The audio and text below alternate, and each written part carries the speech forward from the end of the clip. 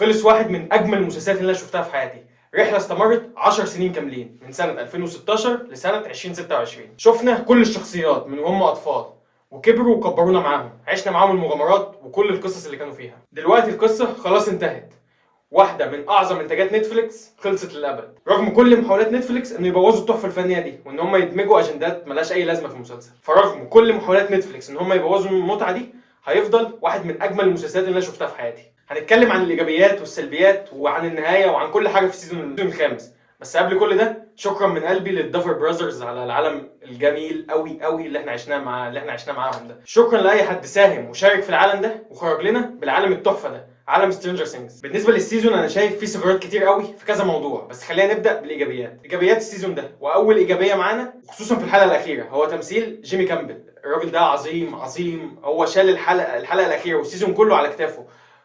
اداء تمثيلي، وخصوصا وهو داخل الكهف مثلا، انت بتشوف حاجه يعني الراجل ده يستاهل اوسكار. اتمنى اشوفه في كذا عمل بالمنظر ده، تحفه فنيه. اظن مفيش حد هيختلف معايا في النقطه دي تحديدا، ان تمثيل جيمي كامبل ده اعظم حاجه حصلت في الحلقه الاخيره. مثلا في جمله قريتها، كان واحد اجنبي كاتبها بعد الحلقه ما خلصت، ان هنري هو ويل بس من غير صحابه. وفعلا الاحساس ده وصل لي جدا بسبب تمثيل جيمي كامبل، وهو لما دخل الكهف وشاف الماضي بتاعه وكل ده، وان هو كان وحيد واندمج مع المايند فلاير. كل ده المشاعر دي كلها وصلت لي بسبب التمثيل، فشابوه جدا جيمي كامبل. واحنا لو بصينا اصلا هناخد بالنا ان المايند فلاير نفسه كان عايز ويل زي هنري، عايز يلعب على حته ان هو لوحده وان مفيش حد معاه واصحابه مش معاه، بيلعب على الوحده دي عشان يسيطر عليهم زي ما للاسف سيطر على هنري قبل كده. تاني ايجابيه، ودي قلناها قبل كده برضه، الاطفال اللي ظهرت في السيزون ده. نيل فيشر اللي هي عملت دور هولي ويلر، تحفه فنيه. تمثيلها ما يجيش ان تمثيلها عيله 14 سنه، يعني ممثله واعده قوي قوي يعني. تاني حاجه برضو الولد اللي اسمه ديريك ده تحفه، يمكن اجمل حاجه في المسلسل اصلا. يعني انا كنت بستنى المشاهد بتاعته والله. عليه واحده ساك ماي فات وان، مش عارف تفقصها وانا بقول تحفه فنيه. هتحط بجملته انا هتروح في داهيه. تالت ايجابيه، ودي نقطه مهمه قوي قوي، ويمكن دي اهم حاجه حصلت في السيزون ده اصلا، ان هو وضح لك ايه الابسايد داون ده. هو ان هو بين لك ان هو بريدج بس بين العالم بتاعنا والعالم بتاع المايند فلاير. دي اهم نقطه، هو فهمك العالم ده جه منين، الدنيا ماشيه ازاي فيه، من رايح منين يودي على فين، ومين يجيب مين. الخط اللي عجبني قوي بقى الخط بتاع هولي وماكس بصراحه. الاثنين ثنائيه جميله قوي، لايقه على بعض، والاثنين بيعرفوا يمثلوا. يعتبر الاثنين اعلى اداء مثلا في السيزون ده قد يكون يعني.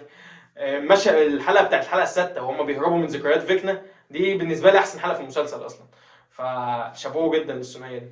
ودلوقتي يبقى خلصنا ايجابيات السيزون، وللاسف هنروح للسلبيات. بيني وبينكم كده يا جدعان، انا قلبي مش مطوعني اقول سلبيات المسلسل ده، انا بحبه قوي يعني، فهنمشيها عبثيات يعني.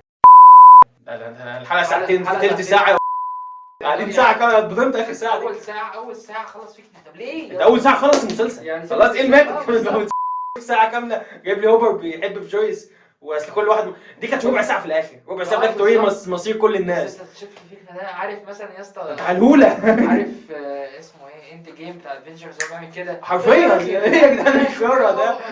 انا مستني علمتنا خلص شو المسلسل والله العظيم، عبث. اول طبعا حاجه عبثيه، ودي لا دي سلبيه بصراحه وكارثيه زي الزفت يعني بالنسبه لي، نهايه فيكنا. انت الراجل ده كتابيا كنت باني شخصيه عظيمه، هيبه وكاريزما، وان هو ما فيش حد قده. وسيزون 4 تحديدا كان وحش مرعب فيكنا ده. بتخلص عليه في ثلث ساعه، يعني ما فيش اي منطق لكده. ومخلص عليه بقوه الصداقه، كل واحد داخل في مشهد لجويس وعماله تضرب، ودي عشان ويل ودي عشان. تاني مرة لما تيجي تتكلم مع المصريين تتكلم كويس. لا مش كده اتكلم شويه. عايز تخرج من هنا اهو؟ قول قدام الحاره دي كلها انا سبايدر مارا، قول يا انا سبايدر مارا. عارفين فيلم سلام يا صاحبي بتاع عادل امام يعني كان فيه حبكه عن كده، يعني مش منطقي خالص ان دي تحصل مع فيكنا. يعني فكرني بحاجه شو دلوقتي بيقول لي المشهد بتاع مشكلتك انك عبست مع العيله الخطا. يا جدعان هو واحد حرامي سرق حاجه، انت فيكنا اللي كان راعي في المسلسل كله دي نهايته. والمايند فلاير برضه الولد لوكاس بيضربه بالنبله، يعني يا جدعان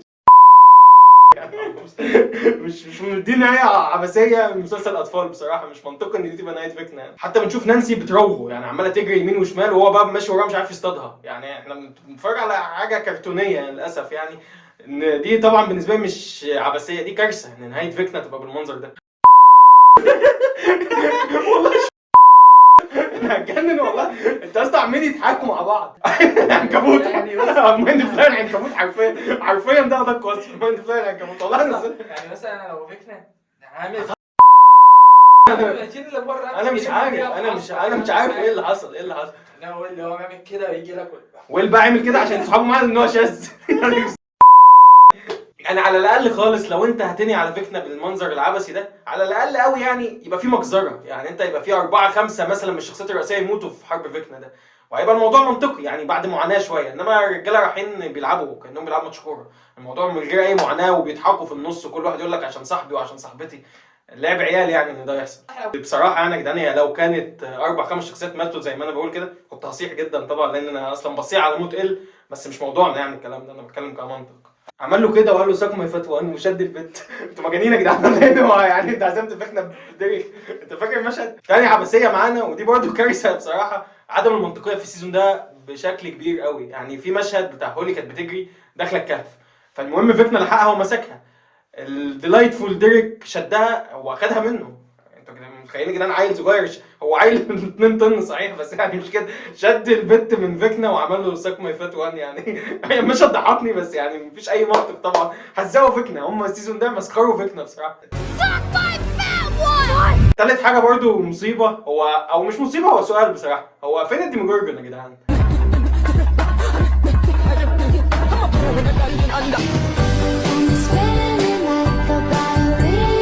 هو انت المفروض دلوقتي دخلت الابسايد داون سداح مداح اللي يخش واللي يطلع، مفيش ما لمحناش واحد ديموجورجون حتى، ما يعني سايبين فيكنا لوحده وسابوا المسلسل دلوقتي. وفين الخفافيش برضه؟ ده ايدي صدره ولع من الخفافيش ومات بسببها. كل ده الابسايد داون بقى فاضي ازاي كده؟ فبرضه دي حاجه انا مش لاقي لها مبرر ولا حتى وضحها لنا يعني. رابع حاجه معانا ودي فيها اختلاف شويه، يعني في ناس حبت الموضوع وناس ما حبتوش، انا شخصيا من الناس اللي شايفه ملوش لازمه. جدعان المسلسل الحلقه الاخيره والمسلسل انتهى في ساعه واحده، انت منزل حلقه ساعتين، السيناريو الشخصي كده انت هيبقى فيه ساعتين الا ربع معركه مع فيكنا ضرب طحن، وربع ساعه في الاخر تبين لي مصير الشخصيات. انما انت خلصت المسلسل كله في ساعه، اليفن ماتت وفيكنا مات وكله انتهى. انا كنت قاعد بتفرج مش عارف هتعملوا ايه في الساعه الثانيه، مستني مثلا حدث كبير هيحصل بتاع ولا اي حاجه بتحصل خالص، عمال يجيب لك كل شخصيه بيحلف فيها. يعني هم مطوا للاسف، انا كنت عايز اسكيب شويه. المشكله ان انت طول المسلسل ده ما كنتش بزهق منه، مفيش ملل، انت جاي تحط ملل في اخر ساعه في المسلسل، يعني ما كانش ليها لازمه بصراحه. كنت ممكن تقلل الوقت شويه بقى طالما هي كده. حاجه اخيره بقى وهي مش فكره بقى بس هي لا، هي حاجه مقرفه وزباله وسلبيه كبيره يعني. مشهد اخر مشهد في الحلقه السابعه بتاع ويل وهو بيعترف يعني ان هو بسكليتة. طبعا يا جدعان ملهاش اي لازمه، مشهد مقرف والولا تمثيله زي الزفت اصلا وملهاش سياق ولا هتفرق في حاجه. وهم حتى يعني انا حاسس الممثلين قاعدين يعني سوري في لفظ مبطونين من الولا. بص على وش لوكاس، ابقى هنزلها في المونتاج فكرني. بحط وش لوكاس كان قاعد مثلا مبدون. السيناريو مكتوب بالعافيه عشان نتفليكس وبوظوا المسلسل وقللوا التقييم، ما كانش ليه اي لازمه بصراحه. بس هنقول ايه بقى يعني، منها لله نتفليكس. كده يبقى خلصنا يعتبر ايجابيات وسلبيات. نيجي بقى للنهايه والسؤال المهم جدا اللي بيتسال، do you believe؟ دلوقتي في ناس مؤيده لنظريه ان اللي لسه عايشه، من ضمنهم لسه عارف دلوقتي جو صاحبي فحل مؤيد انا قايل لك من قبل الحلقه بتنزل انها تعيش. هو كان قايل انها هتعيش ومؤيد النظريه، وده راجع لكذا سبب. في ناس هقول لكم اسبابهم واقول انا رايي في الاخر. كان في مثلا مشهد ان هي المفروض اصلا بتتاثر بالحاجات اللي الحكومه بتصدرها عليها دي، فهي ازاي ودخلت عقل مايك والحاجات دي موجوده. قال لك يبقى كده هي فعلا نظريه صح، وكالي عملت بس الشو ده ان ال بتموت وال اتوصلت مع مايك من مكان تاني. ده اول سبب مثلا. في سبب تاني برضو ان المفروض المشهد ده هي لما بتستخدم اي قوه من عندها مناخيرها بتنزف، المشهد ده مناخيرها ما نزفتش، فمعنى كده ان دي ما كانتش الحقيقيه. ناس تانية برضو قالت الموضوع ده، وده راي مثلا جو شخصيا ان هو شايف ان اللي عايشه عادي. رايي انا بصراحه انا شايف ان اي دونت بليف، وانا شايف ان ماتت. مش عارف انا متشائم ولا دي شخصيتي، بس انا في كذا حاجه منطقيه برضو. قصه ان الحاجات اللي الحكومه مصدراها على دي ما اثرتش معاها ازاي، عشان مش في العالم بتاعنا، كانت في الابسايد داون اصلا. يعني هي كانت جوه الابسايد داون، فهي لو جوه الابسايد داون الحاجات دي مش هتاثر عليها. تاني حاجه قصه الدم، خش يا اسطى بس هم اصلا لما جابوها من الابسايد داون وهوبر ويا هم اصلا اثروا عليها في الابسايد داون يا ابني، وموتوا كيلي والبنت اختها دي في الابسايد داون عن طريق في الهليكوبتر داخلين على الراجل اللي ابو دقن الروسي ده اللي كان بس كانت انا فاهم. فانت بتتكلم عن المشهد لما دخلوا جوه الابسايد داون واثروا عليها جوه، ماشي، بس كانوا جوه مفيش حاجه، ما حصلش ربط ان انت الاجهزه بره العالم بتاع الابسايد داون واثرت عليها من جوه، فاهم قصدي؟ انت لو رميت طلقه من العالم الحقيقي الابسايد داون هتوصل مش لا ده سؤال علمي بقى، ده عايزين عالم يجاوبنا. انا شخصيا شايف لا، انت ده عالم وده عالم تاني، او ده جسر بدايه، يعني انت حرفيا هنا جوه الجسر وهنا بره، فانت لو عملت حاجه بره مش هتاثر على اللي جوه. ده رايي الشخصي يا جدعان، والراجل اللي ورايا برضه. عايزين تشوفوا قولوا لنا انتوا مؤيدين مين، ان ايه عايشه ولا ميت. انا عارف ان كل الفانز عايزين ايه تعيش يعني، وانا والله بس انا يمكن متشائم شويه. في نقطه تانية، ان برضه الستوري تيلر بتاع القصه دي كلها مايك، وغالبا مايك ما تقبلش ان هي ماتت، حتى احنا جايبين هو بيكتب الروايه بيكملها. فانا شايف ان هو مايك لما مؤاخذه يعني اتجنن، هو مش قادر يستحمل ان هي ما بقتش موجوده، فالف كل القصه دي انها كملت وبتاع. وحتى المشهد بتاع 3 شلالات كان هوبر قال له ان مفيش حاجه كده باين، وهو مايك قال له انا كنت طفل وانا بقول لك الكلام ده. هم جابوها في المشهد ان هي في وسط 3 شلالات بجد، فغالبا هو عايز يعمل روايه في دماغه يصدق فيها ان هي عايشه، بس الكلام ده مش مؤكد. كانوا شلالين بس متأكد؟ كانت ايه نقطتها؟ بس كانت ايه نقطتها اللي سمعتها يقول لك انها كانت لانها يقول لك انها كانت حقيقه. عشان شلالين. لانها لو كانت خياليه كانت هتبقى 3. طب يا جدعان الدنيا ولعت كده. السكريبت اللي مجهزه غير تفكير الراجل، فكده احنا ايه، احنا كده كده هم المؤلفين هم عايزين يوصلونا للنقطه اللي احنا فيها دلوقتي، ان يبقى في ناس بليف وناس دونت بليف. اغلب الفانز اللي شفتهم بليف، واغلب صحابي التانيين دونت بليف برضه، فانتوا قولوا لنا رايكم، بس انا شخصيا دونت بليف بصراحه. انا عندي بقى اعتراض بره النهايه، سواء اللي عايشه ولا ميته حتى. هو يعني معلش ال دي دخلت قتلت فيكنا وكسرت العالم كله والابسايد داون وانقذوا العالم، وماشيه طول المسلسل درمجه في كل حاجه، وقضت على كان زي مايند فلاير ده حاجه يعني المفروض وحش، الليفل الوحش، ليفل التنين بتاع المسلسل، كل ده وجت على وما خليتوش حتى في الصراع بتاع مع المايند فلاير محدش مات، مفيش شخصيه اساسيه ماتت، يعني انتوا هزمتوا الوحش شخصيا من غير ما حد يموت. مش لاقيين اي نهايه منطقيه بقى تكملوا الهابي اندنج ونطلعوا ايه بره الابسايد داون وتعدي موضوع الحكومه ده، يعني ايه اللي هزمت فيكنا وكسرت الدنيا؟ الحكومه ضحت بنفسها عشان الحكومه، هي لو كده يعني ده مسلسل اخراج بيتر ميمي، لا الحكومه لا تقهر، ربنا يستر عليا. على كل الصياح اللي انا قلته ده والعبثيات دي كلها، تقييمي الاخير للمسلسل سترينجر ثينجز هو 9/10، وده طبعا فيه تطبيل شويتين 3 4، بس عشان المسلسل ده تحديدا ليه مكانه خاصه في قلبي، يعني انا بحبه قوي يا جدعان قوي.